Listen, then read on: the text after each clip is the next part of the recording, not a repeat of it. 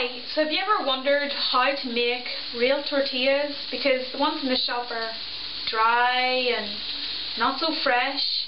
Well, it's actually really easy and I'm going to show you how to make them. You'll need these ingredients: 4 cups of all-purpose flour, 1/4 teaspoon of baking powder, 1 cup of butter, 1½ teaspoons of fine salt, and 1 cup of lukewarm water. Place the flour and the baking powder into a bowl and mix roughly with a fork. Add the butter and mix in with your fingers until it becomes of a consistency a bit like cornmeal. Place the salt into the water and mix well with the fork again. Then add this mixture to the flour and mix it in with the fork. So mix well with your hands until the water incorporates itself with the mixture very well. If it feels like it's too dry, then add a little bit more water to it. Now place it on a plate and cover it up with a bowl and let it sit for 20 minutes. Now it's time to uncover it and divide it up in the different tortillas that we're going to make. So usually for this amount of dough it's about 12, but they always end up really small and we don't want that, so we're going to turn them into 6. I'm using a serrated knife and cut it into 6 pieces that are approximately the same size. So we're going to take each ball, like each piece, and turn it into a ball using a little bit of flour, and then we're going to start flattening it with our palms.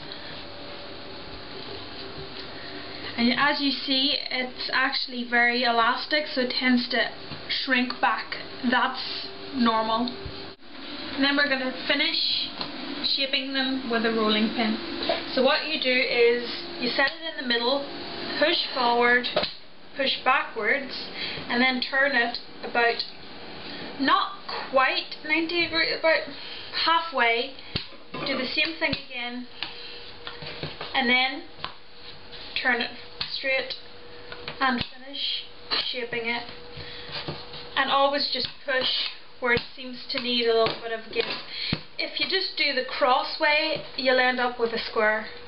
So that's why we're doing it this way. And I was like ending up by using my fingers to make it the same everywhere, because they do tend to shrink back and you don't always know where, and by just using your fingertips and pushing them out wherever it feels too thick, makes it nice and even, and it gives this little dent in it that whenever you put them on the pan they'll brown on different parts and it's going to be really yummy. Now we're going to take our tortilla and place it on a pan. Just try to get it nice and straight. I made mine a little bit too big for the pan, but so we've placed it in a very hot pan. As you can see, it's a little bit too big for the pan, so I struggled, so I'm not going to show you that. It was massacre. But in the end, you can see it's flat. You have to make sure it's really nice and flat on the pan, and whenever it starts, as you can see, it starts getting, ouch, you can see that it's getting cooked there. Whenever it's like that all over, we're going to flip it over. So we've taken this off the pan, and as you can see, these little brown marks were achieved by using the finger technique, and it's still really hot, and it's best served whenever it is really hot, because it tastes so fresh and delicious. But you can actually keep them, cover them in cling film, pop them in the freezer, and you can use them for another 2 days and they're still really good.